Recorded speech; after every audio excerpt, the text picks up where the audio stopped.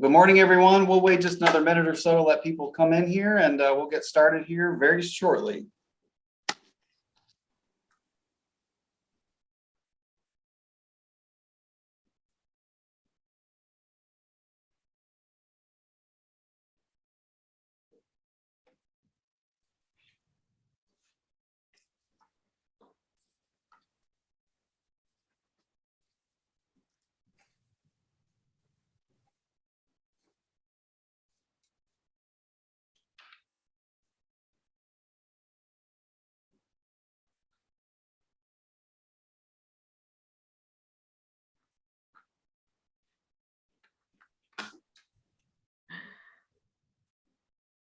All right, it is 9:03, so we're going to go ahead and get started. We're excited to be here this morning. Thank you for joining us. We're glad to have you here, and we're going to talk about all of our May lessons, which revolve around beef as well as flowers. We're also going to preview some exciting things we have going on this summer as well. All right, so on the blog page, we have a link to our lessons and activity schedule for May. We're going to walk through all those with you, but if you want to have a record of everything that we're releasing throughout the month of May, we'll have that available to you. Also, since you're joining us today, you don't have to wait for us to release those lessons on social media. If you go to the page on the blog that I sent you in my email earlier this week, we have all those lesson plans already available for you if you'd like to look at those and try to utilize those in your classroom. Those are already there for you. All right, so we'll start as we have been the last couple months here with a few book recommendations. So I'll turn it over to Stephanie here. Sure. You want to go to the next slide? I am. It maybe is delayed. Oh, there we go. Okay, so good morning, everybody. A few of the flower theme books that we have for our May theme. We have the theme of beef and then our sub theme of flowers. And so some of our favorite flower books that we have are also connected to social emotional learning. And so these are some fantastic books. The Grow Happy and Grow Kind books from Dr. Lasser they're just fantastic. Looking at our little gardener, Kiki, and she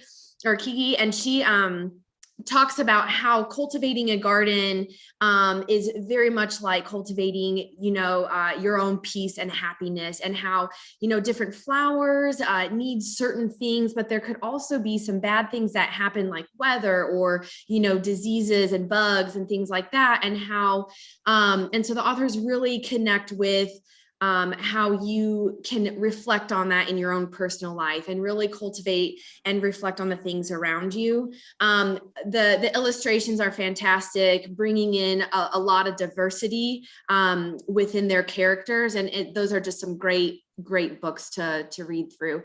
Our next book, Chrysanthemum, one of my favorite books when I was a kid, but we look at this little mouse. Her name is Chrysanthemum, and she just loves her name, being named after a beautiful flower, until she gets to school and she gets picked on for her name being so different. And so she just, feels so torn down from that. And, all of her joy and happiness is now gone until she meets somebody with something in common, and that would be the music teacher who has a name of a flower, delphinium. And so she just learns about appreciating herself and not letting other people get to them, because, be you and be unique.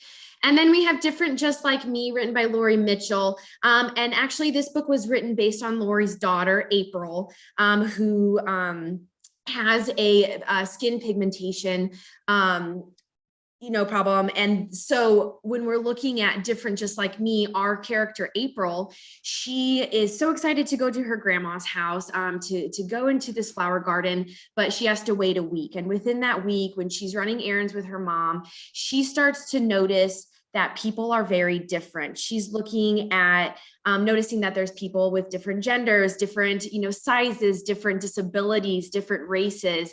But she also notices that they're all doing the same thing as she is. They're going to the grocery store. They're, doing their daily lives.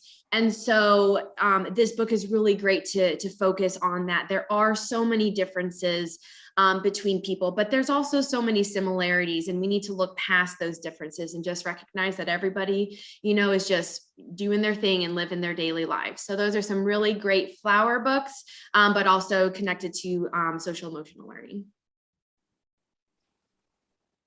All right, and I'm next, and I'm going to talk about some basically beef books for you. And I'm going to start in the middle because, why not?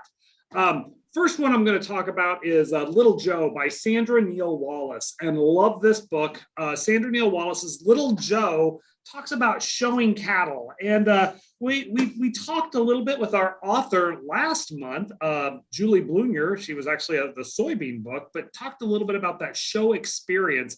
And in this one, I'm going to tell you, this is a perfect book for reluctant readers of all ages, specifically about fourth grade reluctant boy readers. So it is written at a slightly lower level, but it's high interest enough, and it's about a topic that I think that the younger boys would really relate to. And it is it's not 3 words to a page kind of thing, So it is definitely the right frame of mind and the right reading material for those 3rd, 4th, and 5th grade boys. And I think it's high interest enough they'll really, really like it. So Little Joe, Sandra Neal Wallace's Little Joe, about showing cattle. And although it does take place out east, it could be here in Illinois. There are so many much so similarities to the beef processes and raising beef cattle for show in the state of Illinois. So that whole idea of raising for the fair, getting ready for the fair. So that takes care of our boys. And then I just can't tell you how much I love this book, The Beef Princess of Practical County by Michelle Houtz. And we are so excited that Michelle is going to be joining us for our May meeting. Michelle Houtz is the Beef Princess of Practical County. Strong female character. Again, it's set in Practical County in Nowhere, Indiana, which is, if those of you who are paying attention, would be roughly about Kankakee on the Indiana side. So Michelle Houtz is actually from Western Ohio and that Eastern Indiana border area, kind of like a Kankakee on the Ohio side. Definitely understands beef and what goes on a farm. Just a phenomenal book. I think you'll really enjoy this. Again, strong female character taking the lead. I think that again, the guys would like it, but it does have a pink cover. Kind of hard for 4th, 5th, 6th grade boys to do that. Again, would pair really nicely with Little Joe. And then the third of our beef trilogy is The Heart of a Shepherd by Roseanne Perry. Now, whereas the first 2 books, the first 2 novels are taking place with show animals, this is taking place on the range, and this is out west, and this is in the Idaho area, Idaho-Montana area, so definitely mountains and range. With this one, a family of 4 brothers living with their father. Mom is out of the picture, and grandma and grandpa, and the littlest brother whose name is Brother, his nickname is Brother, but they call him Brother, but the littlest brother having to take on responsibilities while dad is a soldier. So dad is a soldier, mom is out of the picture, being raised by grandma and grandpa and his older brothers. Phenomenal book. I will caution you, there is one bad word in here we found and got called out on a couple years ago. I think if you just know that going into it, it's nothing you don't hear on TV or on the radio or that kind of stuff, but want to let you know, just one word used once, but want to make sure that you're aware of that. I don't think it gets its PG-13 rating for that, but it probably does go to PG. So, and then a final one, another great one by Rebecca Petrick, Steering Toward Normal. Steering Toward Normal. This is an upper level. So this is 5th, 6th, 7th, 8th grade. It's about 2 8th grade boys who are half brothers, and one who is from a farm and one who is not, but they're half brothers and they're coming together after some family issues, and really, really enjoy the book Steering Toward Normal by Rebecca Petrick. So with that, one of the things that I want to challenge you to do, and we're all challenged in this virtual learning environment, but we got a number of participants on. go ahead and use that Q&A feature. If you have questions, let us know, because for those of you who do, we do have some extra bonus prizes, but you got to use the chat feature for it. And you can't just say hi. We need a real question, or tell us what you're reading or something like that. So Chris, you're up next with some more book recommendations. All right. Well, I'll start here with Flower Talk. This is a new book we've just found. So it's how plants use color to communicate. This is a really cool book. It's illustrated very uniquely. And it has a lot of great information about how plants have evolved over time to be different colors to attract different pollinators. So a really accessible picture book, but also has some really good scientific information about how flowers are basically trying to communicate with pollinators to attract them to come and pollinate them. The book here on the right, Flowers Are Calling. This is another new book to us. Also really good, talking about how pollinators and flowers kind of work together to make sure that that flowers are pollinated. This book has a lot of really good information about specific flowers and their shape and petal size and all those kind of things. And so both really, really good picture books. If you're doing a pollination unit, I would highly recommend those. Honeybee there in the middle by Candace Fleming. Candace Fleming's an Illinois author. We really like this book. There's a lot of really cute pollinator, specifically bee books out there, but a lot of them are not terribly accurate from a scientific standpoint. This one really, really is. It's a large book, and the illustrations are enormous in there as well. It would be a really good read aloud book because students could really see those pictures really easily. So we really love Honeybee. That's a great book. And again, extremely accurate as far as how a honeybee hive operates. And there's a lot for students to learn about how bees do what they do. All right, so those are our book recommendations for this month. We'll go ahead and move forward here, and Kevin's going to talk a little bit about our virtual opportunities in the month of May.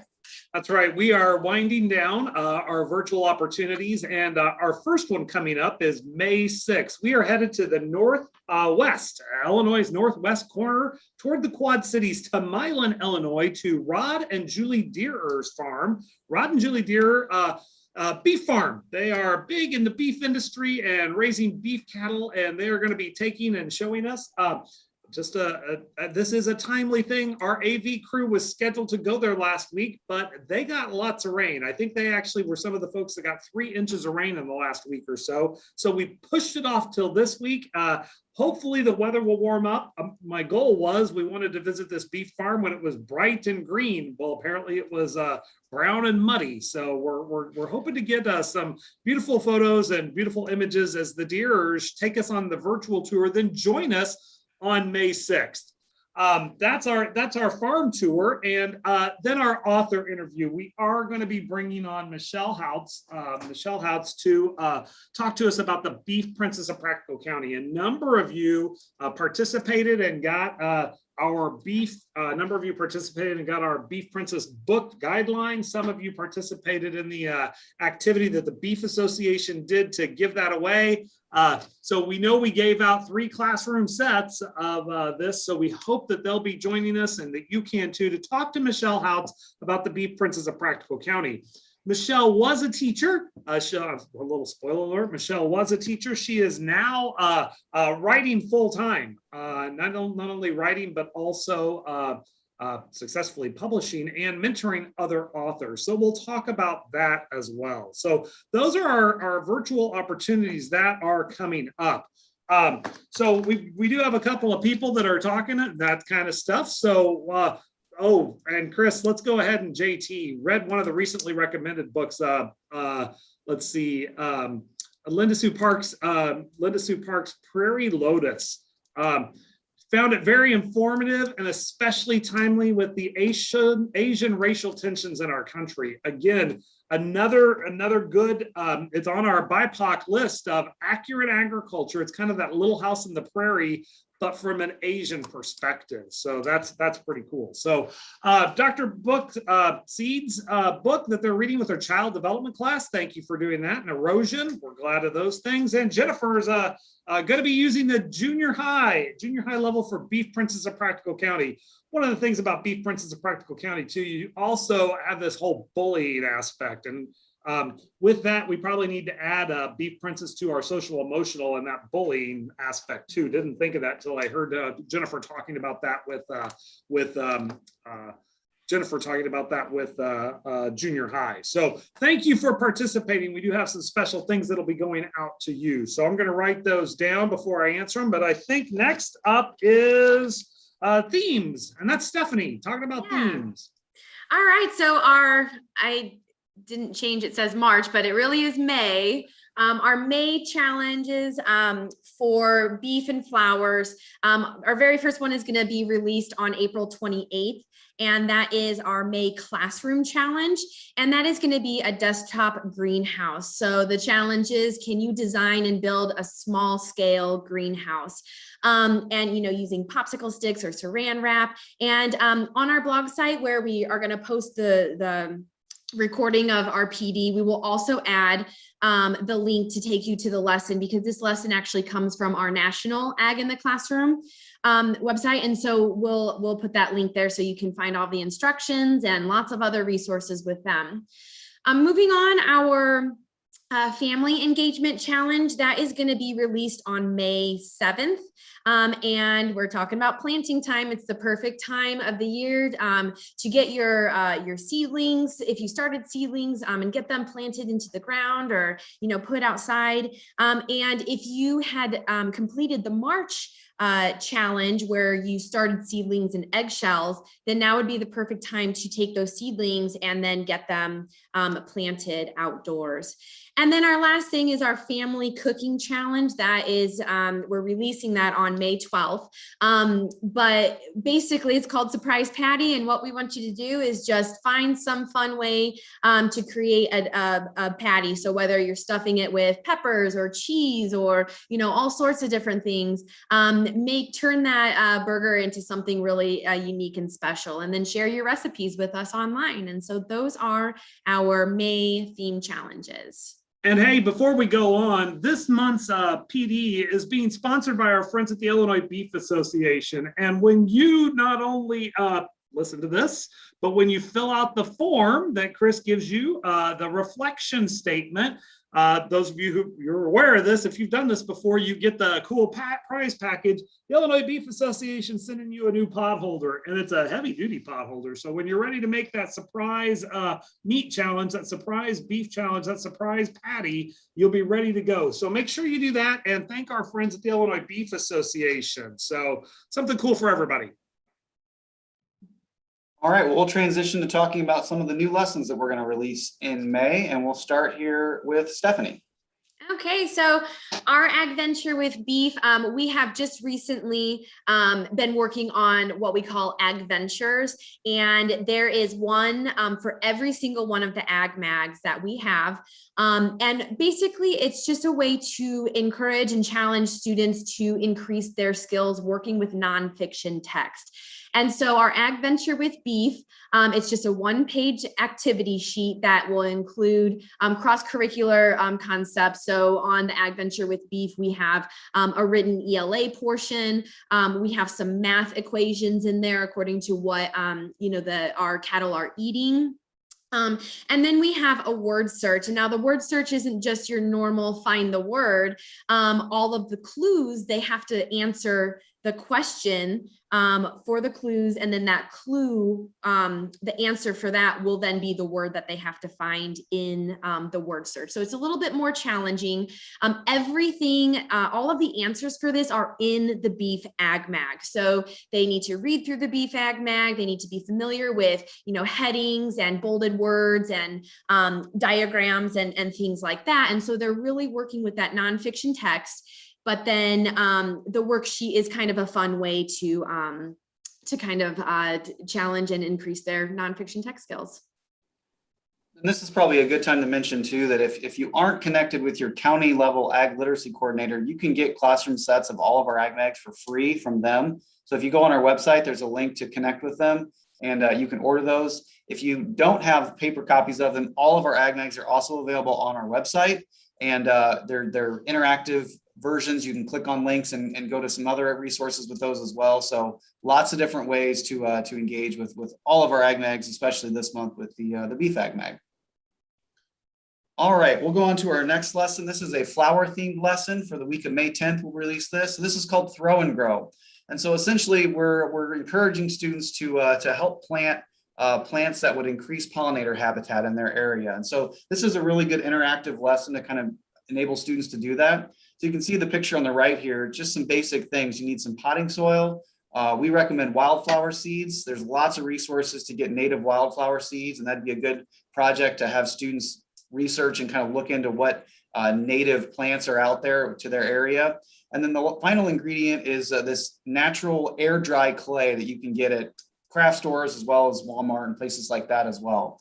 So essentially you're going to take a pinch of the clay, you're going to push some seeds into it, and then you're going to roll that all up in some of this moist potting soil. And you can see in the upper right of that picture, they've created their throw and grow. So the idea is that they've got everything that that seed needs in order to germinate, and they can throw that into a ditch. They can put that into an unmowed area in their neighborhood or around the school. And those seeds don't need to be planted. They've got everything they need right there, and they'll germinate in that throw and grow and then start to grow and promote pollinator habitat. So a good interactive lesson, a good one that you could do at school, and then they could have it to take home with them and be able to plant it at home as well. So that's our throw and grow lesson. A lot of fun and a good way to introduce ideas of pollination as well. Would pair well with some of those books we were talking about earlier too.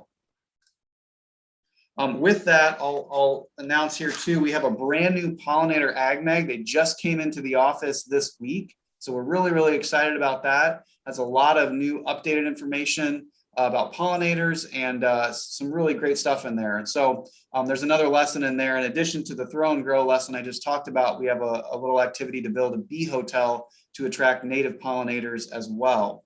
So, again, these are available.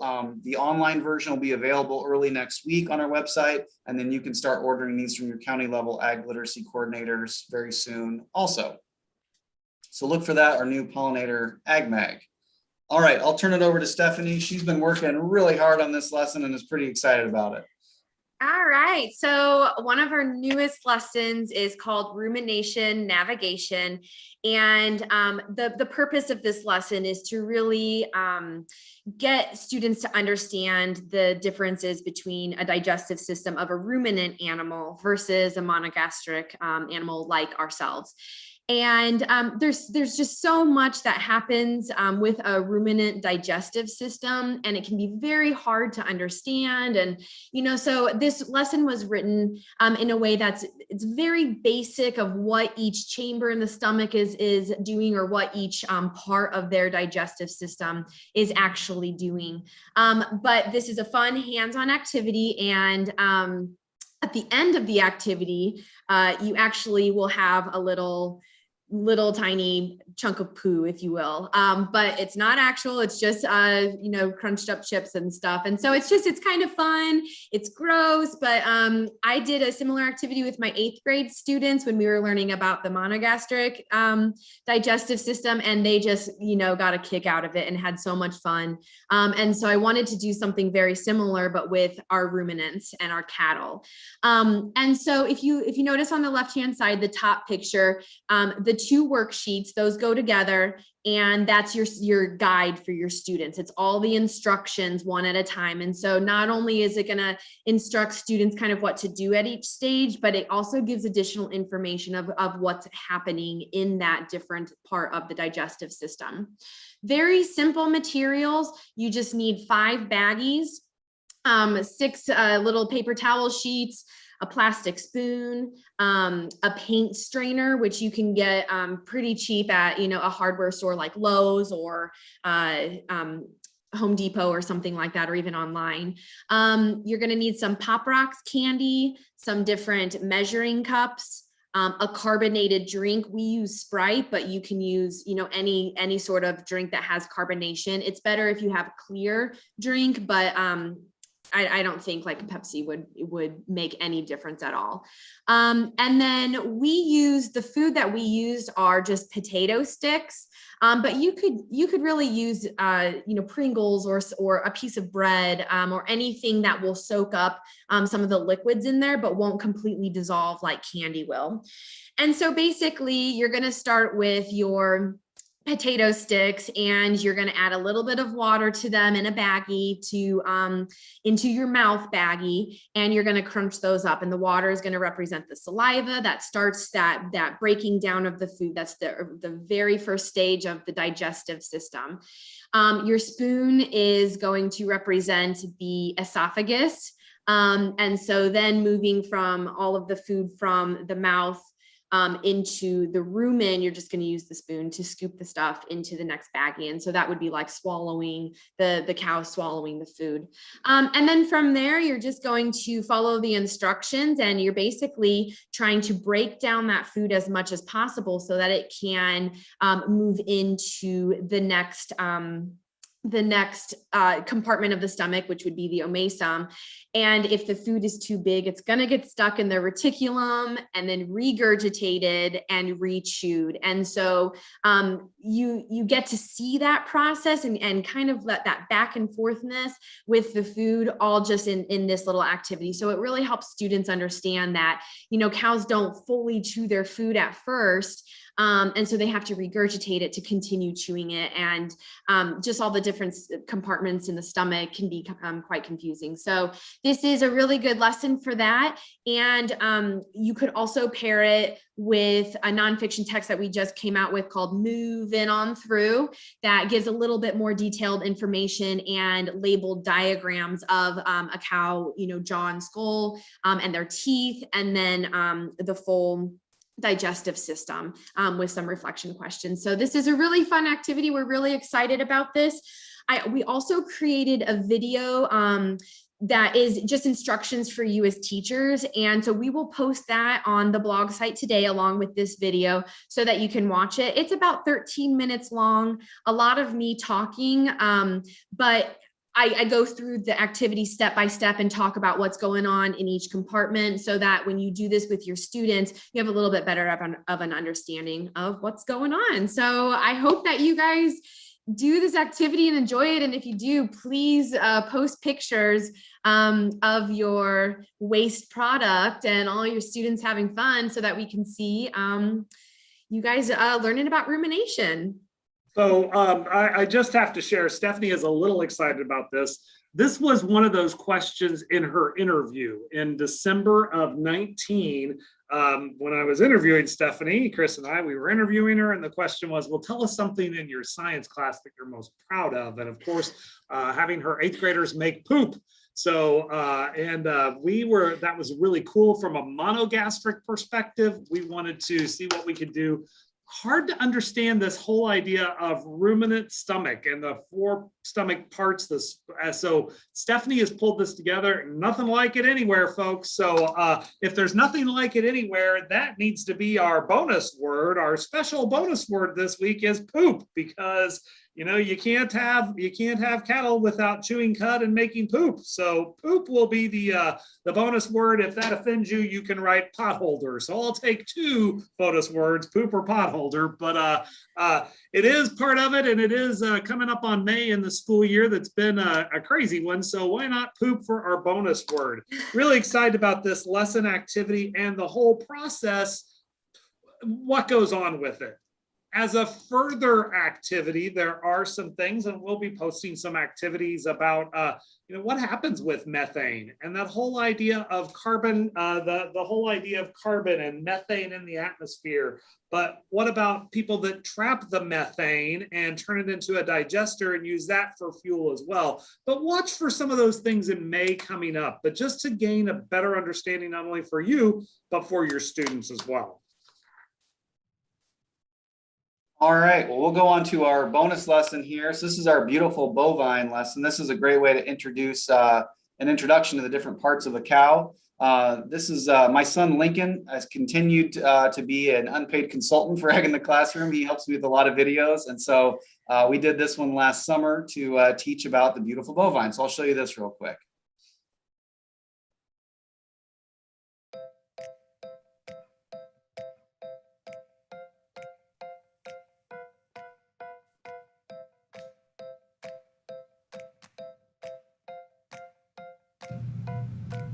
Today we're going to learn how a cow is different than a human. First, Cows have really big ears compared to humans. Cows have tails, which is good because they don't have hands, but if they have tails, they can swat flies off. A female cow has an eye which she uses to make milk. Cows are ruminants, which means they have 4 parts to their stomach. Cows have rough tongues so they can eat. Humans have skin, but cows have hides. Cows don't have hands, but they have 4 hoofs. All right, so there's beautiful bovine, pretty easy activity to start to introduce some of those different parts of a cow. All right, we'll keep moving here. Our final lesson for the month of May is our handprint flower lesson. This is a great springtime activity, may even make a nice Mother's Day gift this time of year. And so you can do this lesson a couple different ways. You could have students actually trace their hands and cut out their hand shapes. You could also just get pre-cut out shapes of hands. And so again, a good way to start talking about the different parts of a flower. Students could customize this, and you could make each one unique, where if they have a sibling, they would use a purple petal, or if they have a dog, they would use a pink petal, things like that, to allow them to kind of customize it to represent them. And then if you take sunflower seeds, you can glue sunflower seeds to the middle of the flower as well. And so that's handprint flower, a good lower elementary lesson. Again, a good way to start talking about pollination and some of the parts of a flower as well. All right, well, speaking of flowers, so some of you might remember this from some of my previous videos. I actually live on a flower farm. And so my wife and I have a small specialty crop farm here in McLean County. And so I help her out on that when I'm not working here. And so I wanted to take you on a little tour to show you what a small flower farm would look like this time of year. I think a lot of times when you think about Illinois agriculture, cut flowers are not what comes to mind. But there continues to be more and more small flower farms pop up in Illinois. And so, yeah, I want to show you what the things that are going on in our little flower farm this spring. So here's a short video to show you that. Hey, it's Chris with Illinois Agriculture in the Classroom. If you've seen any of my previous videos, you might remember that I live on a small specialty crop farm in central Illinois. This little farm was born out of my love of gardening. But the reality is farming and gardening, no matter what scale you're farming at, they're very different things. So why don't I show you around what's happening this spring on our farm and talk to you a little bit about how what we do is similar and different than gardening.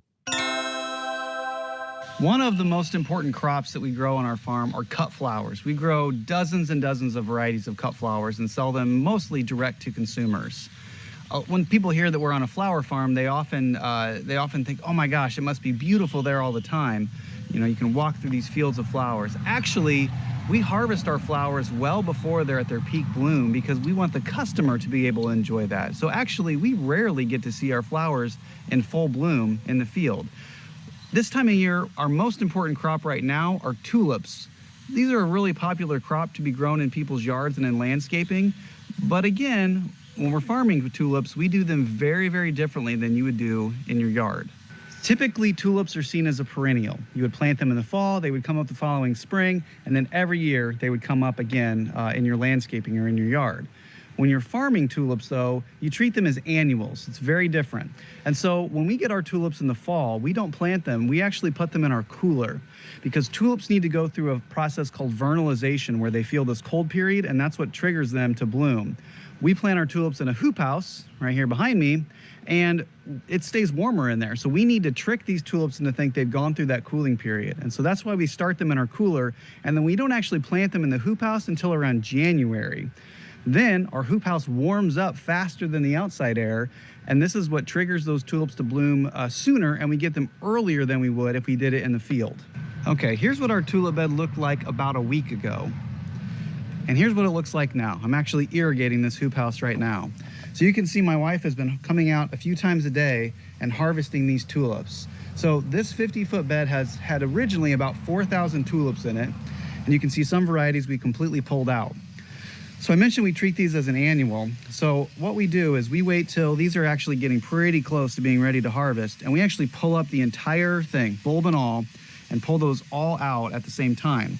Then we store them with the bulb on in our cooler, and this allows us to store tulips for a long period of time. So this is why we treat them as annuals, because we're taking everything from that bulb, and so it has nothing left to regenerate for the following year. All right, so here I am in our cooler, and you can see we're storing these tulips with the bulbs on, laying horizontal, because tulips will start to bend upward if there's any light. So we lay them down and keep it dark in here. So you can see we have crate after crate after crate full of tulips, and we can hold these for a couple weeks. And as we sell them, we will cut the bulbs off, put them in water, and they will rehydrate and be as fresh as they were the moment we picked them out of the field. All right, so after tulip season is over, the next crop to come online are peonies, another crop that is commonly found in people's gardens and yards. Again, we grow peonies a little bit different. So here's our peony patch. We have about 80 to 100 peonies here in this patch right now.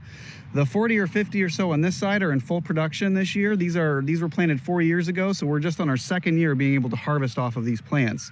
We just planted another 40 or 50 peonies over here. Again, it'll be 2 or 3 years before we're able to harvest from those.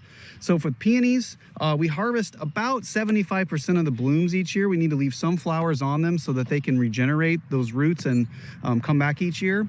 Again, we harvest these at what's called the marshmallow stage, and so we don't let these come into full bloom in the field. They're just, when you squeeze them, it kind of feels like you're squeezing a marshmallow. So they haven't really bloomed at all when we harvest them. Again, we can store these in our cooler for a very long time until it's time to sell them. We also, you'll see, grow on this landscape fabric. This is a permeable layer. The air and water can get through it, but it helps us a lot with weed control. We are itching to get our annuals planted in the field, but it's not quite time yet. We're still a little bit worried about some frost coming up, but that doesn't mean we haven't started working on them yet. We have lots of plants started here in our hoop house. We protect these from the cold at night. So these are all of our early spring and early summer annual production. And we've got a few garden things tucked in here for ourselves too. We've got some lettuce, some broccoli, and a few other things that we'll just use for us also. Well, thank you for joining me on my tour of our little flower farm. The time is now to start thinking about what you can do in your garden this year to bring a little more color into your life. All right, so that's my tour of our little farm, teach you a little bit about how flowers are grown commercially. If you're interested in more video content, I have a couple different projects I'm working on for the rest of the year. I have a series that's going to focus on gardening. And so it's called A Minute with a Guy Who Thinks Everyone Should Have a Garden. So I'm going to try to make some connections between farming and gardening, and also bring in some book recommendations and some lesson ideas that follow along with gardening. I'm also going to try to do a video series that's geared more specifically towards students. On May 1st, I am getting 2 honeybee hives. And so I'm going to do a beekeeping series and try to show kind of a year in the life of a beekeeper. And again, I'm going to try to film those specifically for a student audience, so that if you're doing a unit on pollinators, you could show those videos and kind of show what beekeeping honeybees looks like over the course of the year. So those are some other video content things that are coming your way over the course of the next year. Hey, it's Chris. As we look okay, yeah, this is telling you what I just told you. As we look forward to June, our theme in June is farmers markets and a sub-theme of nutrition. So we've got a few new farmers market related lessons coming out then. We are going to have our PD in your PJs for June on Saturday, May 15th, again at 9:00 a.m. And so that will be our last PD in your PJs for this school year. So we hope to see you join us for that. And again, we're pretty excited. We've got some really neat farmers market lessons coming your way in June as well. All right, I'll switch it over to Kevin to talk about our other summer opportunities. Well, so one of the cool things about having great staff that does stuff, they just do things and are out there. That was the first time I'd seen Chris's flower farm video. And so Chris, at the end of this, you have to answer this question. Chris has been in my house. We live in a big old house, and somebody probably 30 years ago planted peonies at the back door. They're beautiful, but peonies attract ants like you would not believe. So the question is, how do I enjoy the peonies and not enjoy the ants? All right. So things have gotten better as my children are older, and my youngest is in college now, but it was constantly, there was always Kool-Aid spilt or Capri Suns or something like that would attract those ants from the peonies. So I like the peonies. I don't like the ants. I need help with that, Chris. But, and the second thing is too, Chris, not only are we expecting frost, some of you might have seen, we might actually be expecting snow this week. So Chris, how are you going to handle that? So Chris, you're going to follow up with 2 questions later because you're going to talk about snow, but right now I'm going to talk about what's going on this summer and coming up next fall. We're already thinking about that. So for our summer opportunities, we actually are preparing for 2 different types of opportunities for our teachers this year. First off, we are going to be doing some virtual training just like this on Tuesday mornings in June and July. We're going to do 4 different 2-week sessions in June and July related to agriculture. What you'll do is, if you are interested, you need to sign up for our summer teacher training in June and July. You have to sign up at the link, and Chris has made sure that you send that link. It's on our social media. It's been places you'll see that. What'll happen is that if you sign up for the first week, it'll be a lot like this. We're going to be talking to you. We've got some activities, some short videos, that type of thing. But immediately after the session ends, you'll fill out your little reflection with your name and address, and we're going to mail you a box for the next week. But you have to attend week 1 and fill out that form immediately to get the box to do the next week. All right. The only people that get the link the second week are the people that fill that out. So it's not going to be wait the week and do that, because we're going to send you a box of activities. So the next week, instead of just watching us do this, we're going to send you the stuff, and you're going to be able to make those things at home. We're actually thinking about taking the 13 minutes and letting you make poop with Stephanie, so you can try that out. We've got everything. All you'd have to do is add your bottle of soda and your little bit of water and use some measuring cups. Everything else will be delivered to your doorstep. That's a very special training session for you. All right. So that's our first one. Secondly, our bread and butter for a number of years has been our Summer Ag Institutes. These are held at the county level, and our county ag literacy coordinators are planning right now, very much so, appropriate Illinois Department of Public Health. They're working with the Department of Public Health, the CDC, the American Academy of Pediatrics, and most important, the Illinois Farm Bureau Legal Department, to make sure that we are able to host in-person events for that area, for that region, as safely and as effectively as possible. So contact your county. They're going to be looking at some unique summer opportunities, socially distanced, that kind of stuff, but to bring some teachers together to talk about agriculture at a local level. We will be providing some materials for them, but they're going to show you agriculture in your own backyard. Typically, these have revolved around field trips, and we've done stuff. They're going to spread y'all out. They're going to limit the number of people that can participate, and you'll probably be on your own driving to local locations to actually see outdoor agriculture in action. It's going to be a little different than before, because always before we've kept you well fed and well watered and everybody's inside air conditioning. We're probably going to be doing a lot more outside stuff, and box lunches and those kind of things. So we're adapting for the times, but contact your teacher, contact your county for information about that. Also, we are coming up. I'm gonna sign off on this one. Chris and I have talked, little kids, little problems, Lincoln's cute and that kind of stuff. My kids are older and I have different problems. And actually on our next PD in your PJ, I'll be moving my daughter from Illinois for her internship out to Nebraska. She's going to be interning out at the University of Nebraska over the summer. So I won't be here on May 15th for the PD, but you are in very, very much so capable hands with Chris and Stephanie. We have talked about continuing this next year. We've enjoyed it. We've had a lot of fun. We hope you have too. Interested in your comments about what you liked, what you didn't like. We are also looking forward to continuing some things. We will continue virtual field trips. We're probably going to back off on the author visits. Those haven't been as well attended, but we are going to continue to do the virtual field trips. And we're going to continue to do some challenges and activities, and our PD would focus on our classroom calendar. We do have a classroom calendar for next year. It'll be coming up. We'll make sure you get it. But our theme in October is pumpkins, so we'll bring out pumpkin lessons and we'll talk about those and different activities for you. So we're already planning for next fall, all the way through the next school year, plus also the summer. If you have comments, questions, we'd welcome those comments and questions. You can reply to Chris. He sends you out all those emails. He'll share them with us. You can get on our website or on social media and tell us what you like, what you'd like to see more of, what you'd be okay with us not doing any more of. So any of those, we are very, very welcome to that. But if you are interested in our virtual teacher training, we are going to need you to sign up for that. All right, so sign up for that. And then I highly encourage you to reach out to your county to see what's going on at the local level, to see what's going on this summer for teacher training there as well. And with that, Chris, I think you're up next. Yeah, so we'll continue to post things to our blog. And so I've sent you the link for the page for today's PD. It has a lot of the information already on it that we talked about. I'll add a few more things here when we're done based on some of the other things we brought up. And so use that as a resource. You can get all those lessons on there.